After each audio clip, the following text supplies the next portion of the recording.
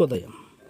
Global బెతేనియా Calvary ministry తరపున ఈ ఫిబ్రవరి మాసం మొట్టమొదటి దినమందు మీ అందరితో కూడి కలుసుకొని దేవుని యొక్క పరిశుద్ధమైన మాటలు ధ్యానించుటకును దేవుడు నాకు ఇచ్చిన మధురమైన అవకాశమును బట్టి దేవునికి ప్రత్యేకమైన వందనాలు తెలియచేసుకుంటూ ఉన్నాను.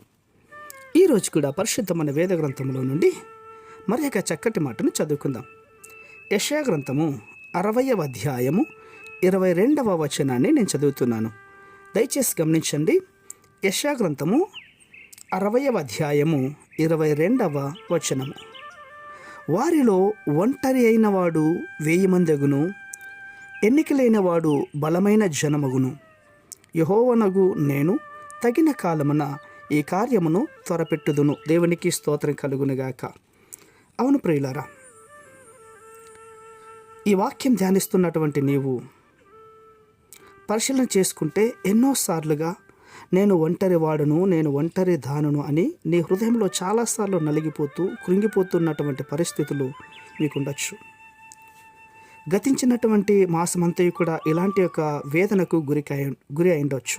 అందుకే దేవాది దేవుడు ఈ ఒంటరితనము గురించి చెప్తున్నటువంటి నిన్ను తన బిడ్డగా మార్చుకొని తన సొంత సొత్తుగా చేసుకొని ఈ జనముల మధ్యలోనే నిన్ను ఒక మంచి బలమైనటువంటి వ్యక్తిగా మార్చడానికి దేవుడు ఇష్టపడుతూ ఉన్నాడు. ఉండొచ్చు తల్లి, తండ్రి, బంధువులు, స్నేహితులు, సొంతవారు ఎంతోమంది నీకు ఉండొచ్చు. కానీ ఎందుకు తెలియనటువంటి లోటు నీ హృదయంలో ఉంది కదా.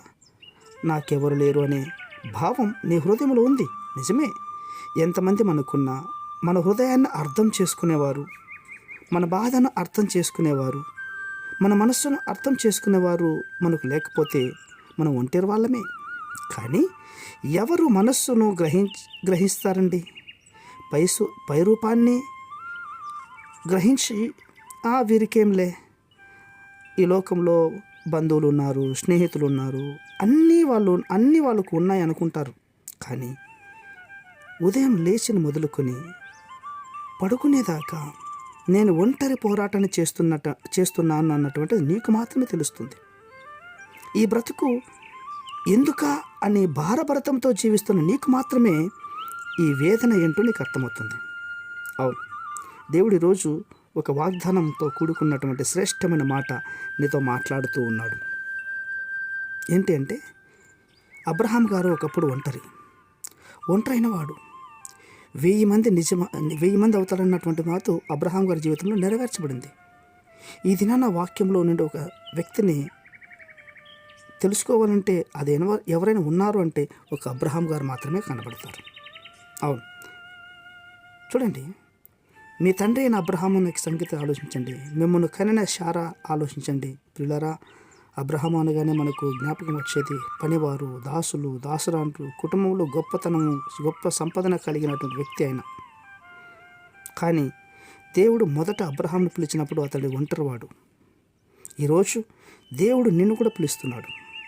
ఈరోజు దేవుడు నిన్ను కోరుకుంటూ ఉన్నాడు. నేనేం పనికి వస్తానులే, నేనేం చేయగలుగుతానులే అని నువ్వు అనుకుంటున్నావేమో. నిన్ను నీవు తక్కువ చేసుకోవద్దు.